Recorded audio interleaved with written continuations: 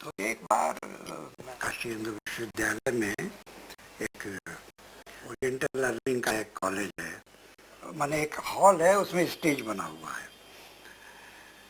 तो वहाँ उनका नाटक होने वाला था कोणार्क। मैं गया देखने के लिए। कारण जी उसके निर्देशक थे। कोणार्क उसके पहले बनारस में हो चुका था, उसमें संपूर्णानंद जी के पुत्र सर्वदानंद ने काम किया था, निर्देशन भी किया था और पढ़ा भी था, पढ़ाया भी था मैंने कोणार्क। तो कोणार्क में उन्होंने जो अभिनय किया धर्मपद का, और बहुत ही भावुकता से भरा हुआ अभिनय था। काफ़ी माने उसमें रोना और ये सब था। पूरा पूरा नाटक की जो प्रस्तुति थी उस समय मुझे लगी कि ये तो बड़े पीछे है। माने आधुनिक जो नाट्य की प्रस्तुतियाँ होती हैं उस तरह की ये प्रस्तुति भी नहीं है। पूरा सारा विधान उसी तरह का था जो शौकिया रंगमंच का होता है। तो उसके बाद जब मुलाकात हुई तो उन्होंने कहा कि भाई तुम यही नाटक करते हो? कहा क्यों, क्या उसमें?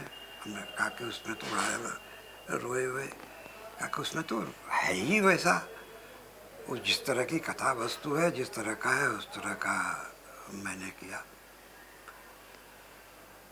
तो लेकिन एक बन गया। एक प्रसंगवश बता दूं कि जब मैं एमए में उस समय पढ़ा रहा था, उसी समय मैंने धर्मवीर भारती का नीली झील नाटक किया था और उसमें सुखदेव सिंह ने प्रॉम्प्टिंग की थी। तो वो नाटक भी उन्होंने देखा था। तो उन्होंने कहा कि अच्छा है ये नाटक जो है, ठीक है, लेकिन उसमें उस तरह की भावनाएं नहीं है, रस नहीं है। एनीवे वो शुरू की चीज़ें थी, वो प्रारंभिक चीज़ें थी। एमए करने के बाद कारण जी ने यहाँ से संगीत विभाग में शिक्षा ग्रहण की, संगीत सीखा और उसके बाद एनएसडी उन्होंने ज्वाइन किया। इस अब तक फिर मेरा संबंध एक तरह से उनसे, माने मुलाकातें बंद हो गई क्योंकि वो दिल्ली में पढ़ते थे और फिर उसके बाद वहीं काम भी कर लिया। तो एनएसडी में जब नेमीचंद जी ने पत्रिका नटरंग निकालनी शुरू की तो पहले ही अंक में उन्होंने मुझसे लेख मांगा कि आप जो है उस पर लेख दीजिए। उसके पहले मेरा एक लेख रंगमंच एक माध्यम आलोचना में छप चुका था, तो उन्होंने उसको कहा कि वो मैंने पढ़ा है तो आप नटरंग के लिए भी दीजिए। तो मैं फिर नियमित रूप से नटरंग के लिए लिखने लग गया। और ये बात मुझे बाद में मालूम हुई कि वहाँ बड़े मनोयोग से लोग पढ़ते थे। जितने उस समय थिएटर करने वाले, हिंदी थिएटर करने वाले हिंदी भाषा भाषी थे, वो नटरंग पढ़ते थे और मेरे लेखों को वो पसंद करते थे। तो ये चलता रहा। फिर उनका एक नाटक का अनुवाद गिरीश कार्नाड का है वदन प्रकाशित हुआ, जिसका अनुवाद कारंत जी ने किया था, वो मैंने पढ़ा। अब वो नाटक मुझे बहुत ही चुनौतीपूर्ण लगा। मुझे लगा कि इस नाटक को कोई कैसे प्रस्तुत करेगा। मैंने बहुत ही ज़्यादा जिज्ञासा पैदा हुई क्योंकि उस तरह का नाटक और किसी का मैंने पढ़ा नहीं था जैसा कि वो है वदन जिस ढंग से लिखा हुआ है। तो मुझे पता लगा कि लखनऊ में वो उसकी प्रस्तुति कर रहे हैं। मैं लखनऊ गया देखने के लिए कारण जी का कि नाटक की प्रस्तुति है वदन, और वंडरफुल पूरा उन्होंने जो पारंपरिक तरीका है यक्षगान का, उसका बहुत कुछ उसमें लिया। पूरी कर्नाटक की संस्कृति के साथ बहुत ही अच्छी प्रस्तुति की, बहुत ही अच्छा लगा। तो उसके पहले ही अब जानते थे, परिचय था, तो गए स्टेज पर। हमने कहा कि ज़रा हमसे मिलना है, तुरंत आए और काफ़ी भीड़ लगी हुई थी, वीआईपी सारे सब इकट्ठे थे। वो लखनऊ में उस समय प्रोडक्शन होना एक बड़ी भारी बात थी। साले वो सबको छोड़ करके आनंद जा करके सारी बात, तो पहला छूटते ही हुआ कहा कि आप बनारस में रह करके थिएटर के बारे में कैसे जानते हैं इतना। उन्होंने कहा कि बनारस कोई ऐसी छोटी मोटी जगह तो है नहीं, मैं पढ़ता रहता हूँ तो इसलिए जानता हूँ थोड़ा। फिर ख़त्म होने पर बड़ी प्रशंसा की, फिर वो हो गया। उसके बाद बनारस में एनएसडी का नहीं, ये संगीत नाटक एकेडमी दिल्ली की, उसने एक कैंप का आयोजन किया, वर्कशॉप का आयोजन किया बनारस में, और कारन जी उसके निर्देशक थे। 1 महीने का वर्कशॉप था।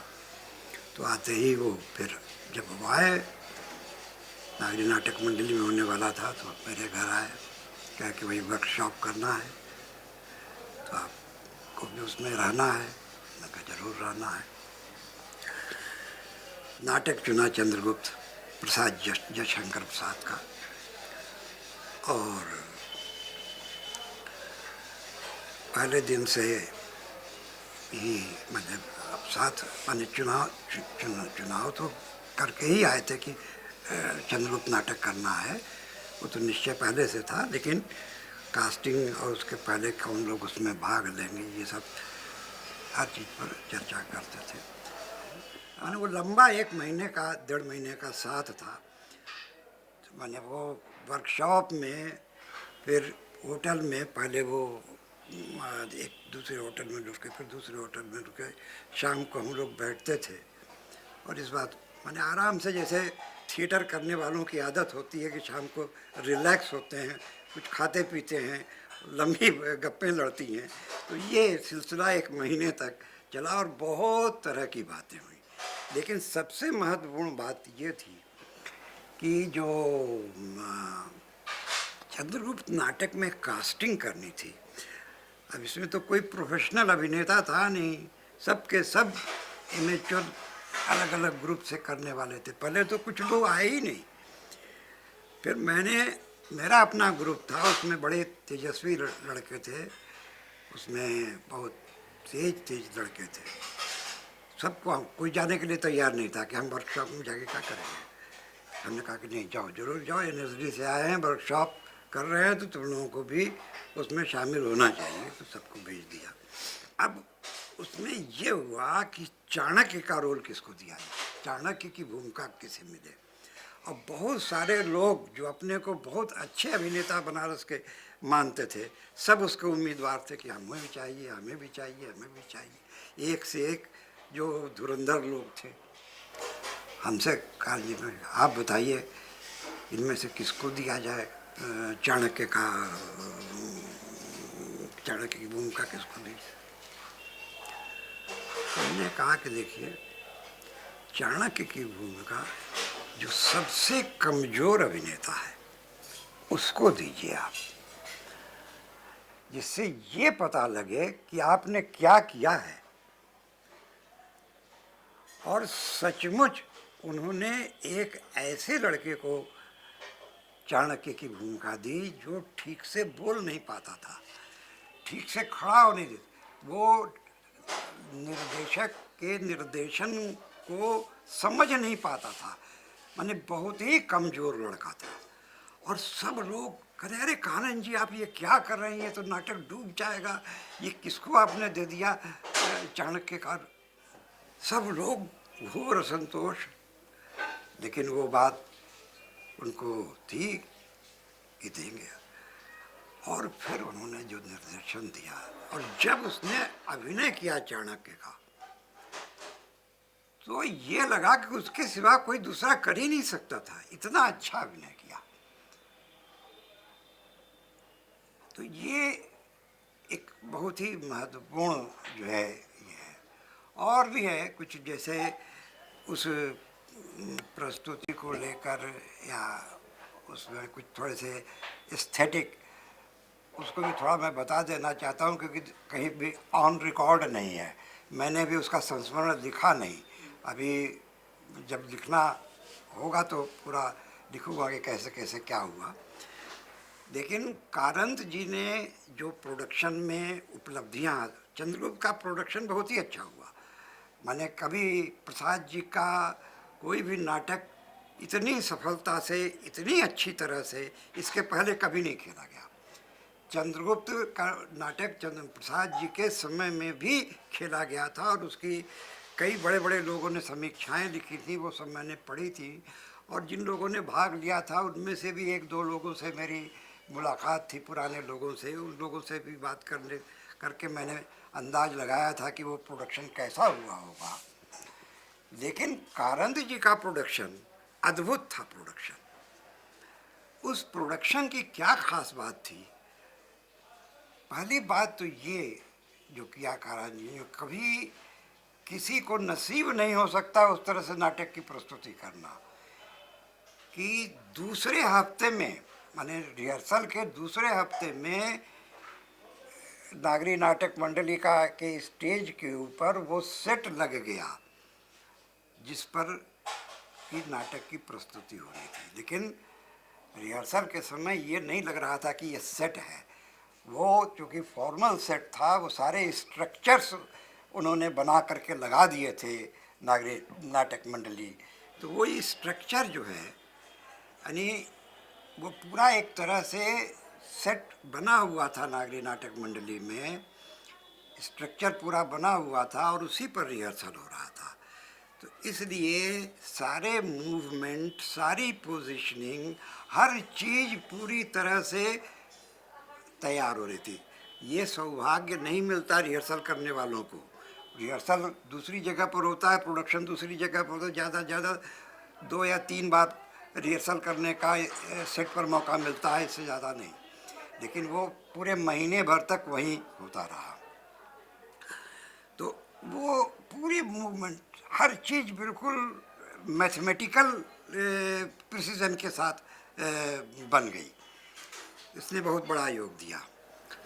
दूसरी बात ये कि मैं जो आपको उसका एस्थेटिक बताने जा रहा हूँ, जिसने कि उस समय बहुत ज़्यादा मेरे ऊपर असर डाला,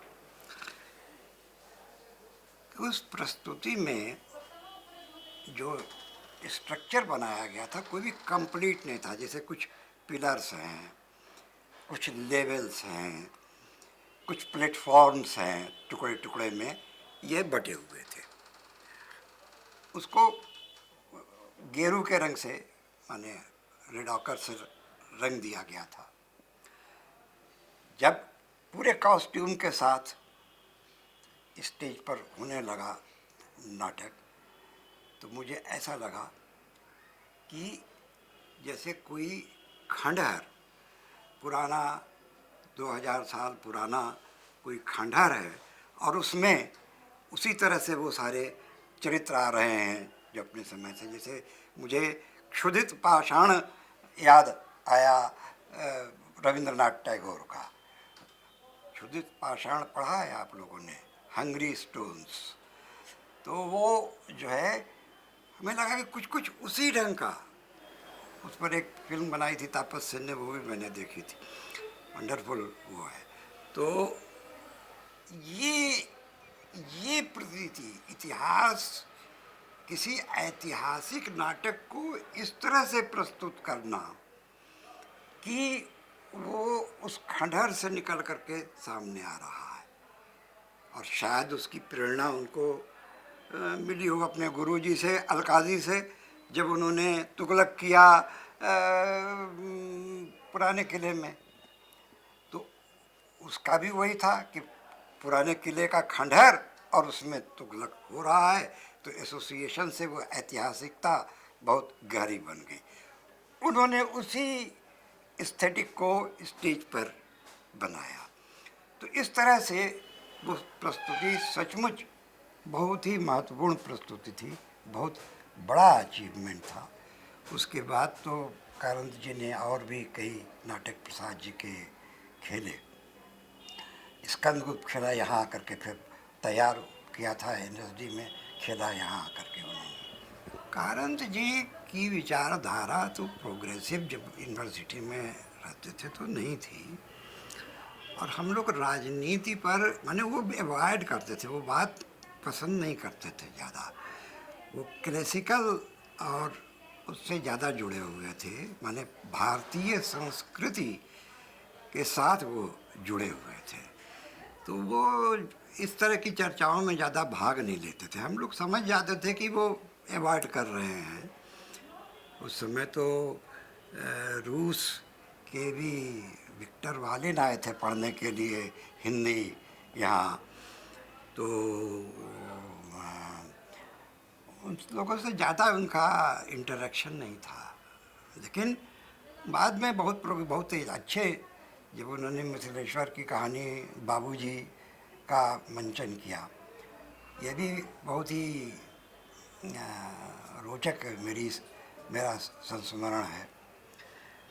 ये बदलाव देखिए, ये बहुत महत्वपूर्ण प्रश्न आपने किया। परिवर्तन, किसी भी कला क्षेत्र में काम करने वाला अगर कोई गंभीरता पूर्वक लिखता है, चित्र बनाता है, अभिनय करता है, निर्देशन करता है, तो अगर वो गंभीरता पूर्वक करता रहता है तो जो कुछ वो करता है, जो लिखता पढ़ता समझता है, उससे उसका एक आंतरिक विकास होता है, एक समझदारी बढ़ती जाती है। और जो यथार्थ है, जो समझ, जो जैसी दुनिया है, दुनिया की जो गतियां हैं, वो धीरे धीरे स्वतः आने लगती है। एक बहुत ही, ये जो आपने पूछा सवाल, ये स्तानिस्लावस्की के बारे में भी यही सवाल था। स्तानिस्लावस्की तो रूसी क्रांति के बहुत पहले से ही काम कर रहे थे थिएटर में, और काफ़ी अच्छा काम कर रहे थे वो। मैंने सारे जो महत्वपूर्ण काम है रूसी क्रांति से पहले ही उन्होंने कर डाले थे, यानी एक्टिंग एंड एक्टर प्रिपेयर्स वगैरह, मैंने सिस्टम सारा सब इवॉल्व कर दिया था। तो जब रूसी क्रांति हुई तो उसके बाद भी उनको बहुत महत्व दिया गया, बनाया गया, और वो करते रहे। बाद में भले ही हटा दिया गया और मेयर होल्ड को वहाँ पर वो जगह दे दी गई। लेकिन फिर बाद में बहुत लोगों ने खोजा उनकी विचारधारा, क्यों उन्होंने गोरकी के नाटक किए, क्यों उन्होंने चेखव के नाटक किए।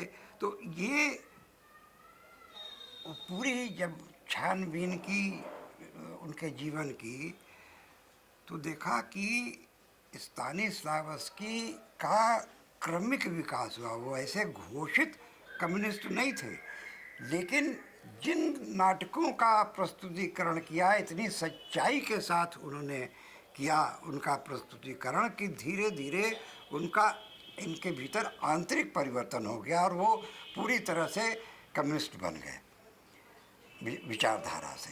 तो ये जो है, जो परिवर्तन आया कारंत जी में, ये निश्चय ही अच्छे नाटकों के चुनाव से हुआ। अच्छे नाटक वो करते थे। ये ठीक है कि गिरीश कार्नाड भी प्रोग्रेसिव नहीं माने जाते, उस अर्थ में प्रोग्रेसिव नहीं माने जाते गिरीश कार्नाड माने, लेकिन वो सूक्ष्म संवेदनाओं के और उसके साथ ही जो मिथक का उपयोग सामाजिक और मनोवैज्ञानिक दृष्टियों से बहुत गहराई के साथ किया है। मानव चरित्र का को बहुत गहराई से देखा है कार्नाड ने। तो वो जब कोई उसका निर्देशन करेगा उस तरह की कृति का, तो निश्चय ही उसकी गहराई में उतरना पड़ेगा, और जब उसकी गहराई में उतरेगा व्यक्ति तो उसका विकास होगा। ये स्वयं मैं अपने बारे में भी यही कह सकता हूँ कि मैंने जब नाटक करना शुरू किया तो मैं एकदम बिल्कुल कोरा था, और कोई करते करते पढ़ते पढ़ते धीरे धीरे धीरे धीरे धीरे धीरे विकास होता चला गया। मैं भी उसी तरह से पूजा पाठ कर, मैं आरएसएस का सदस्य नहीं था, लेकिन मैं बहुत ही घोर धार्मिक आदमी था, पूजा पाठ करने वाला सारा। और आज जो है ये सब में कोई वो नहीं है। ये जो आपने पूछा कि परिवर्तन कैसे आया, तो ये परिवर्तन सहज स्वाभाविक प्रक्रिया है किसी भी गंभीर कलाकार के लिए। और किसी कलाकार, कोई कलाकार कितना गंभीर है अपने काम में, वो उसकी कलाकृतियों से उतना नहीं पता लगेगा जितना कि उसके जीवन से पता लगेगा कि स्वयं वो उसका जीवन कितना विकसित हुआ, उसकी विचारधारा कितनी विकसित हुई। और यही वास्तविक मूल्यांकन है किसी भी कलाकार का, कि वो स्वयं उसकी कला ने उसको कितना ऊपर उठाया। तभी जब खुद ऊपर उठेगा तभी तो उसकी कलाकृतियों से दूसरे ऊपर उठेंगे। तो इसलिए कारंत जी में ये विकास बराबर दिखाई पड़ा, और इस विकास ने उनमें वो विनम्रता पैदा की। इसका एक उदाहरण दूंगा। उन्होंने एक बहुत ही एम्बिशियस प्रोडक्शन किया एनएसडी में नहीं, श्री राम सेंटर दिल्ली में एक संस्था है उसी तरह से। तो श्री राम सेंटर के लिए वो मिथिलेश्वर की एक कहानी बाबूजी, और उसका नाटकीकरण मिथिलेश्वर ने ही किया था। उनकी उस कहानी का, बाबूजी का, फिर बाद में हमारे और अंकुर जी के सह निर्देशन में कहानी के रंगमंच में भी उसकी प्रस्तुति हुई अभी 2-3 साल पहले। तो वो कर रहे थे बराबर। उस समय संयोग से मैं एनएसडी में गेस्ट फैकल्टी में था, तो वहीं रह रहा था, तो बराबर मुलाकात होती थी। तो रिहर्सल में आमंत्रित करते थे, कारंत जी, मैं जाता था। जब 3-4 दिन रह गए प्रस्तुति को, तो उन्होंने एक अपना विशेष रूप से रिहर्सल आयोजित किया। तो उसमें मुझे और 2-3 लोगों को बुलाया कि आप देख करके बताइए कि इसमें क्या कमी है और क्या करना है। तो बहुत अच्छा सब था। तो उसमें मैंने एक जगह बताया कि देखिए ये टुकड़ा जो है ठीक नहीं बन पा रहा है, और शायद इसलिए नहीं बन पा रहा है कि ये लिखा हुआ ठीक नहीं है। तो मैंने, नहीं लिखा हुआ वो तैयारी, वो तो विश्लेषण ने खुद लिखा है, बहुत बढ़िया है, वो हमसे ही कमी हो गई है, हम इसको देख लेंगे, ठीक कर देंगे। तो ठीक है।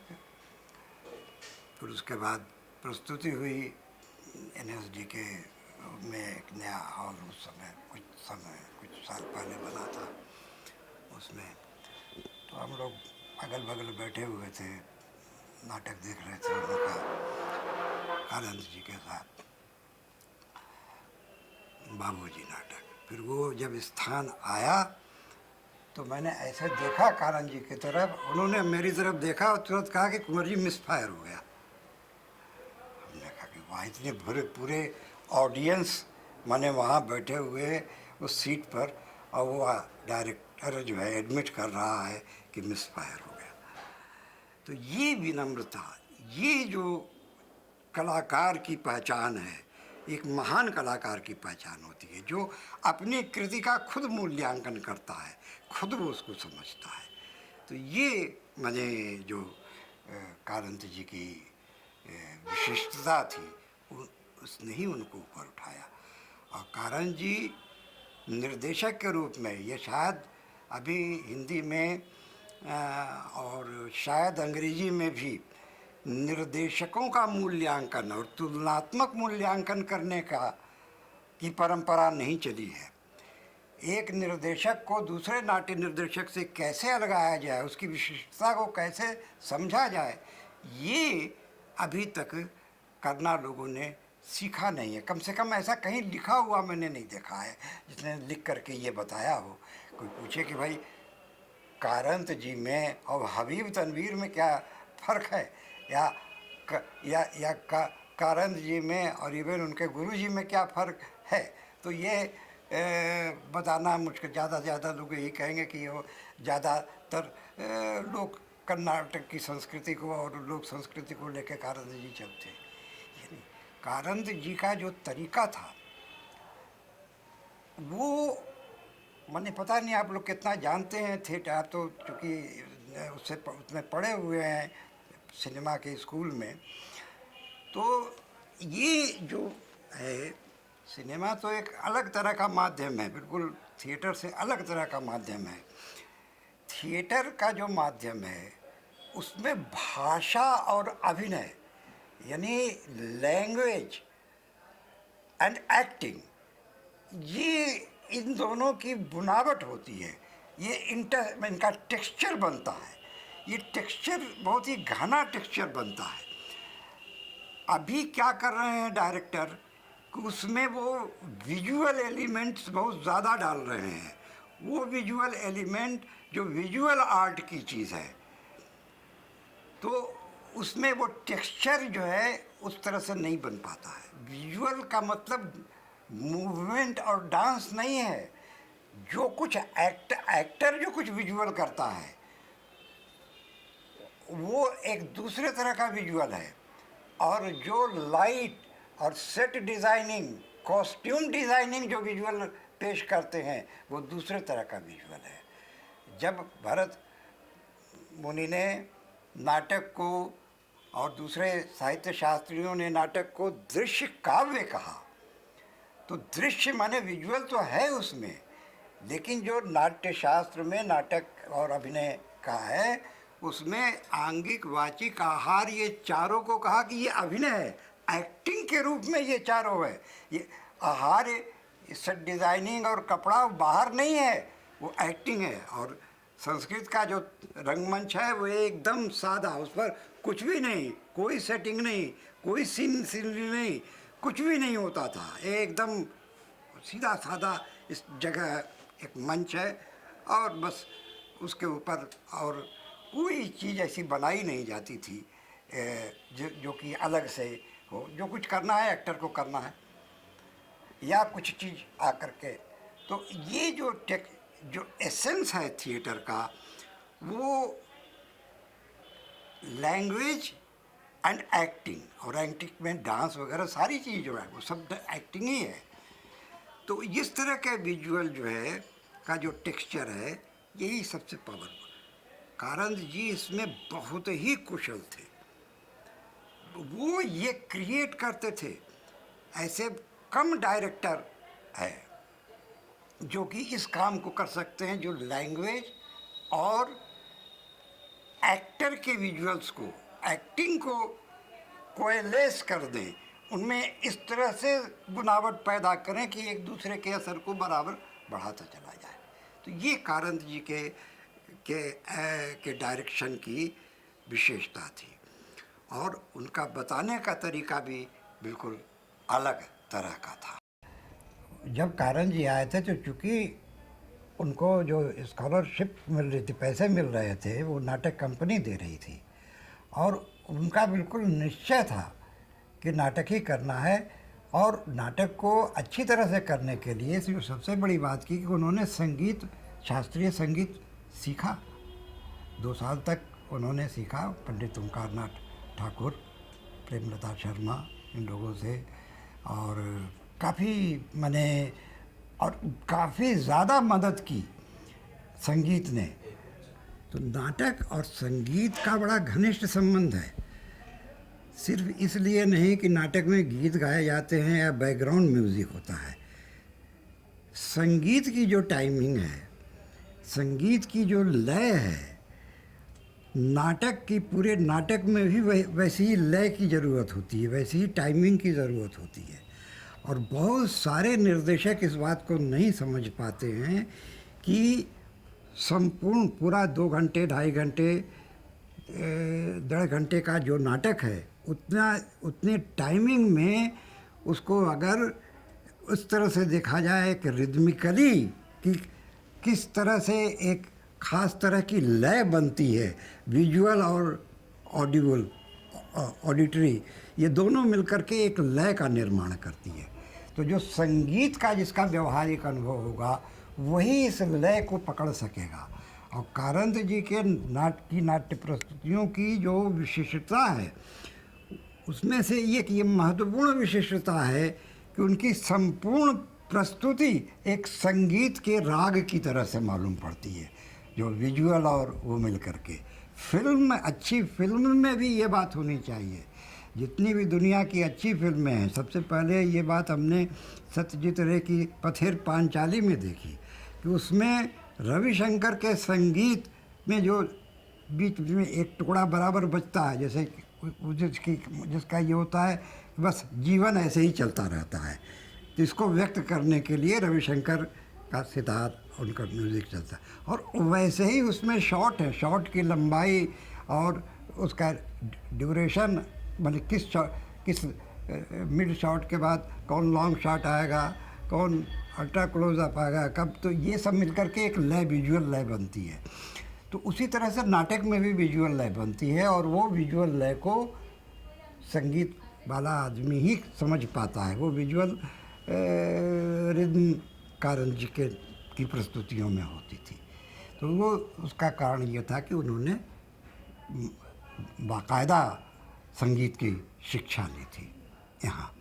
तो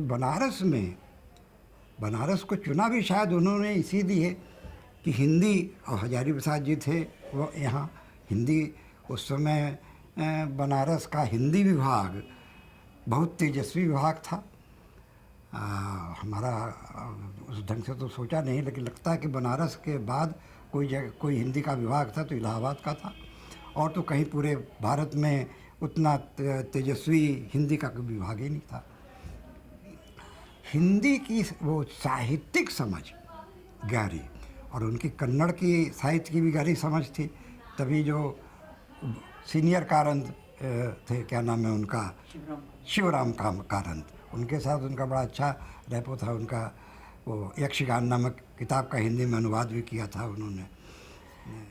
यहाँ जो बनारस का बहुत बड़ा कंट्रीब्यूशन है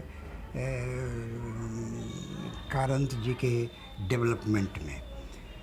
एक नाटक के निर्देशक और नाटक के समझदार के रूप में बनारस ने, हालांकि बनारस कोई बहुत बड़ा नाटक का सेंटर नहीं था, लेकिन नाटक में जिस तरह की गहरी समझ की, साहित्यिक समझ की ज़रूरत होती है, काव्यात्मक समझ की ज़रूरत होती है, वो सारी नींव यहाँ कारंत जी को मिली। और बहुत अच्छे इंटरेक्शन, सब काफ़ी बड़े बड़े विद्वान उस समय थे बनारस में, हिंदी में थे, संगीत विभाग में भी थे, इंडोलॉजी में उस तरह के विद्वान थे। तो ये सब आपस में इंटरेक्ट, आज की तरह से नहीं था कि सब अलग अलग खाने में बटे हुए थे। ये सब आपस में इंटरेक्ट करते थे। तो सबका बहुत ही अच्छा असर इस कॉलेज में, यूनिवर्सिटी की पढ़ाई के अलावा बनारस का जो साहित्यिक परिवेश था, मिल्यू था बनारस का, आर्टिस्टिक एंड लिटरेरी, उसने बहुत कंट्रीब्यूट किया उनकी पर्सनालिटी के कारंत जी की पर्सनालिटी के डेवलपमेंट में।